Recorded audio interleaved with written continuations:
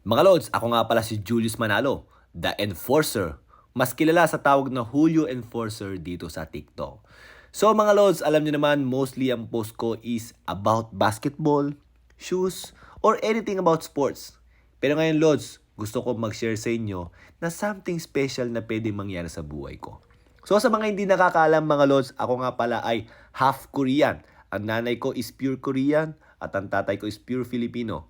Ang tatay ko ay OFW musician na nagpupunta sa iba-ibang bansa at nakapunta siya ng Korea kung saan meron siyang nakilalang babae.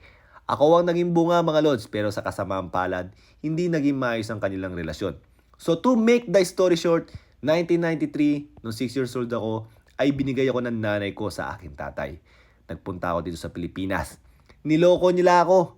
Ang sabi, pupunta raw ako ng Amerika. Then after 2 weeks, babalik din daw ako sa Korea.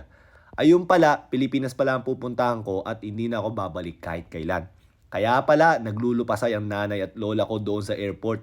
Hindi man lang nila sinabi sa akin na kaya pala ganun ang iyak nila. Kasi ang totoo ay hindi na pala ako babalik doon.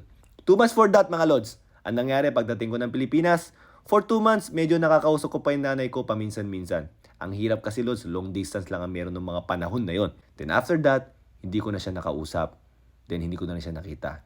For 31 years mga Lods, hindi ko na siya nakita at nakausap. Tinry ko naman siyang hanapin. Pero paano ko nga ba siya hanapin noong mga panahon na yon? Wala pa naman maayos na technology nun. Ngayon may social media na. Ang problema naman, napakahigpit ng privacy law doon sa Korea. So ang hirap hanapin. And then isang araw mga Lods, biglang meron akong nakilalang isang Korean. Meron siyang business dito sa may biyenan ko eh. Pagkatapos nakita niya yung mga anak ko, sabi niya mukha daw Korean yung babae. Then sinabi ng mga kamag-anak ko na Korean talaga yan kasi yung tatay niyan is half Korean. Pagdating ko, nagkakwentuhan kami, naging interested siya dito sa may kwento ko. So ang ginawa niya, sinabihan niya yung kaibigan niya doon sa Chosun TV sa Korea mga Lods. Then after 5 months Lods, sabi nila meron daw positive na result yung paghahanap nila.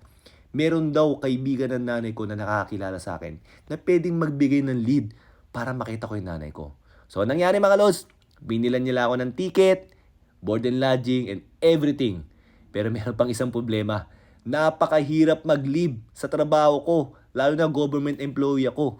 So ngayon ang ginawa ko, pinakiusapan ko lahat ng officers ko. Nung narinig nila yung story ako mga Lods, wala naman silang alinlangan at tinulungan nila ako. Dahil ang isa sa sigaw ng aming organisasyon is makatao. So mga Lods, ready na ang lahat, pati ang visa, naayos ko na. Ang kulang na lang ay ang pagpunta ko ron. At syempre, makita kong muli yung nanay ko after 31 years. So mga Lods, samahan niyo ako dito sa vlog ko na to. Tatawagin ko tong series na to na Finding Mom. Sobrang pinaghirapan ko yung pag-iisip niya mga Lods ha. But anyways mga Lods, pupunta ako ng Korea. So ngayon medyo mag-vlog ako ng konti ron. Sana abangan niyo yung mga susunod na kabanata. And syempre wish me luck na rin na sana mahanap ko na yung nanay ko pagpunta ko doon sa bansa na yun. So mga Lods, abangan niyo yung mga susunod na post ko ha. Thank you!